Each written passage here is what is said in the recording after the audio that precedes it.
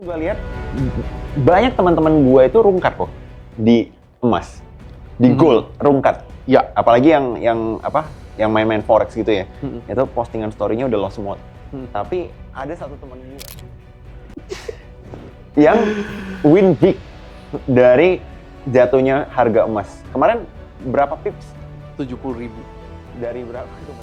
Dari 5.100 sampai 4.400. Tapi jujur, Oke. sebenarnya gue tuh udah buka dari 5.300. Oke. Tapi posisi gue itu sedikit besar. Jadi yang boleh nginep over the weekend tuh jarang gitu loh. Oke. Kayak gue gak kasih nginep. Soalnya gue takut perkembangan perang itu di weekend bisa bikin hari Senin pas buka gap up atau gap down. Kalau gap up atau gap down, portfolio itu bisa jebol gitu loh. Oke. Tapi dapat 70.000 pips. 70.000 pips.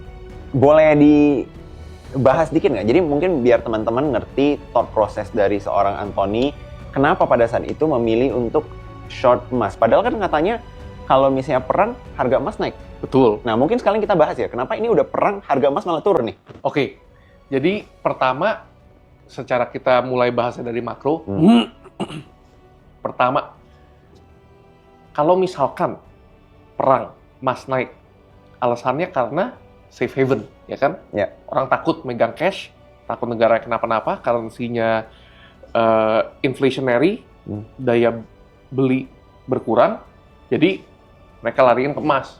Siapa tahu emas lebih bisa nahan gitu kan. Tapi banyak orang yang discount current macroeconomic condition, jadi ngambilnya langsung paling atasnya ya. Perang sama dengan emas naik, terus sudah tutup mata ke yang lain.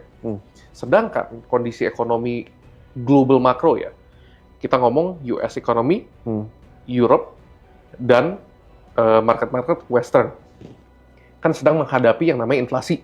Dari sejak COVID kita kan printing money, ya kan, menyebabkan inflasi naik. Sejak tahun 2024 kita kan mulai yang namanya rate hike cycle, di mana kita quantitative tightening, QT, kita naikin suku bunga supaya inflasi turun. Sedangkan posisi makro sebelum perang dimulai, inflasi di bawah 3%. Sedangkan target US Fed itu di 2%, targetnya Powell. Tapi turun dari 4 ke 3 dan 3 ke 2, itu beda jauh. Kenapa? 4 ke 3 itu lebih mudah. The tightening that you do does not need to be that tight. Gitu loh. Ibaratnya lu nggak usah ngencengin gas per lu lah. Kalau misalkan 3 ke 2 lu benar-benar harus diet banget gitu loh. Ibarat di sini kalau misalnya ada orang yang lagi diet, gue lagi diet nih kan. Lu turun 5 kilo pertama sama 5 kilo kedua. Susah 5 kilo kedua kan? Yeah. Kalori lu harus lebih rendah. Lu harus spend more calories, lu mesti lari lebih panjang. Seperti itulah contohnya. Jadi jika kita nggak bisa nurunin kedua, berarti Fed itu kan masih fokus inflasi dan juga keep the US economy sehat.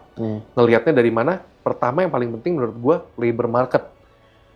Setelah kita lihat sebulan terakhir, kita lihat data labor market tuh, menurut gua labor market Amerika tuh udah lumayan tidak baik-baik saja. Karena ada AI juga ya? Betul, ada AI, job cut-nya banyak, dan average wage earn on the hourly basis itu juga menurun. Jadi gaji orang turun, yang dapat kerjaan juga menurun. Oke. Nah, ini kita bahas sedikit soal, karena kita udah nyinggung AI gitu ya. Kan menurut gue, lu salah satu teman gue yang lumayan update lah perkembangan di US, karena memang main di market US juga kan. Untuk AI ini sendiri, kira-kira impact-nya bakal sebesar apa sih ke job market di US dalam beberapa tahun ke depan menurut lu?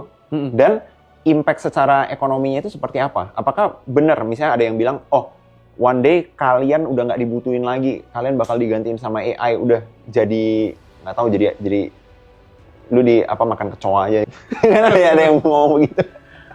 Oke, AI itu, gua by the way bukan orang yang tech earliest adopter, tapi gue lumayan early adopter.